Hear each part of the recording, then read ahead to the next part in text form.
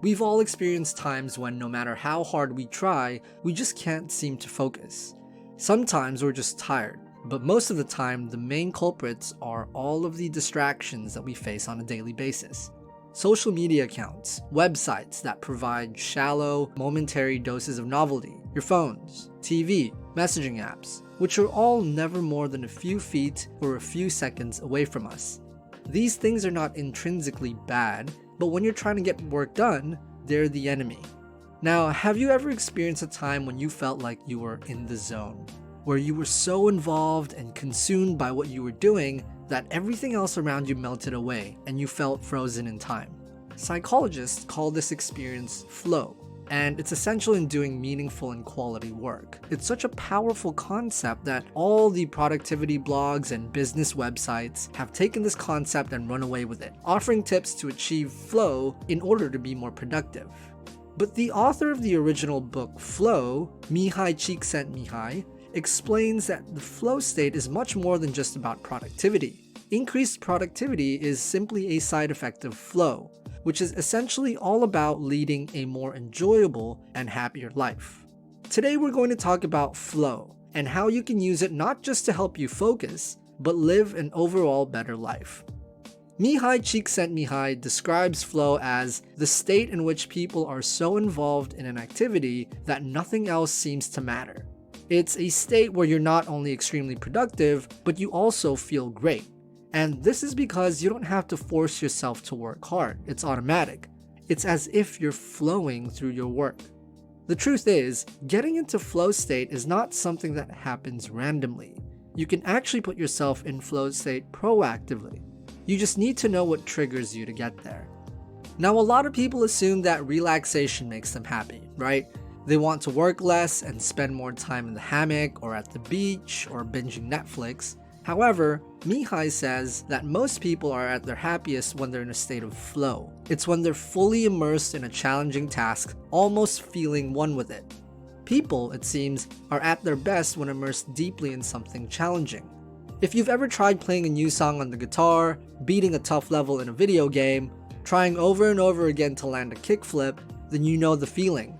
You start at 10 in the morning and the next time you look at your watch, it's already 6 in the evening and you don't know where all that time went. So, if it's so great, and if flow really helps us achieve not just productivity, but overall happiness, then how do we achieve it at will? Step 1.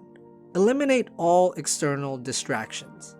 In order for you to enter flow state, you need to be focused for at least 10 to 15 minutes. The way I do this is by putting my phone on silent mode and placing it far enough away so that I can't reach out for it unconsciously. Anything else on my desk that could distract me, like magazines, books, and unrelated documents, I also store in my drawer.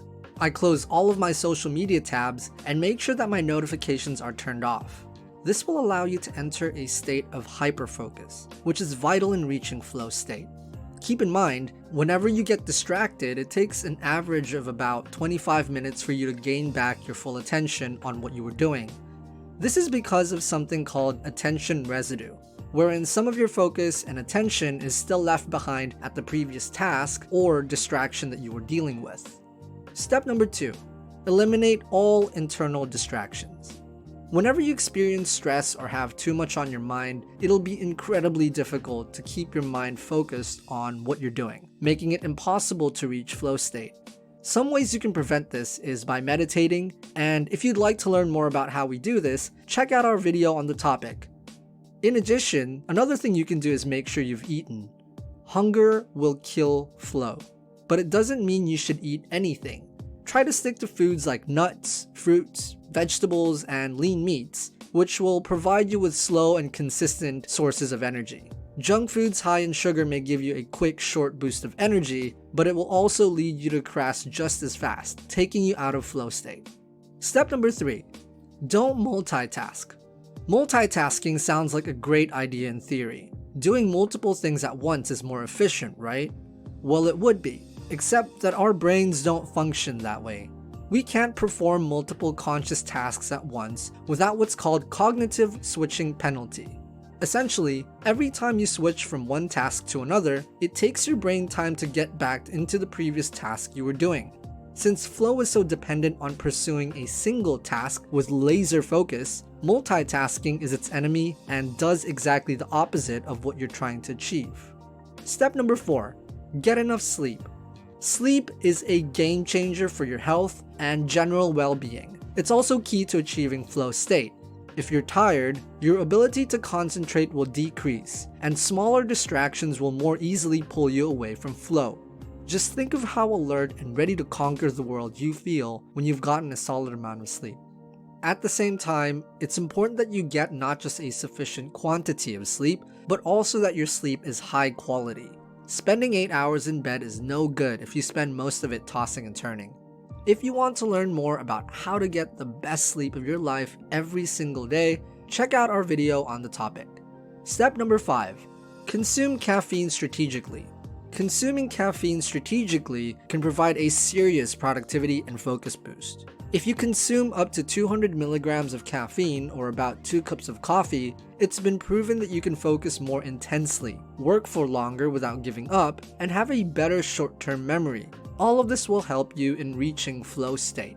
However, after consuming more than 200 milligrams of caffeine, the effects start to diminish. Amounts of more than 400 milligrams should be avoided, as this leads to increased anxiety and decreased focus, which negatively impacts flow. Be strategic in your caffeine consumption. Drink a cup of coffee right before you want to enter flow state. Preferably, don't drink more than 2 cups per day, and don't consume after 5 p.m. or a minimum of 5 hours before you go to bed, as this will affect the quality of your sleep. Step number 6. Have a clear outcome or goal. Whenever you lack clarity about what you want to accomplish, your brain will struggle to get into optimum concentration. Clearly set out what you'd like to accomplish to avoid this mental hurdle. When you have a clear outcome or goal, you make sure you prevent your mind from wandering and paying attention to internal distractions. If you don't have a clear outcome, you don't know exactly when you finished your task. Procrastination loves it when this lack of clarity exists. It'll try to push you toward quitting earlier or switch to easier tasks instead. Step number 7.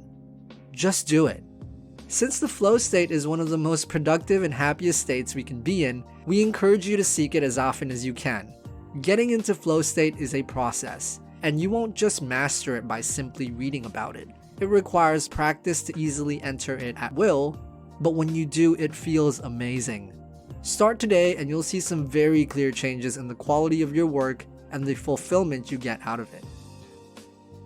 If you found this video useful, hit the like button and subscribe for more videos.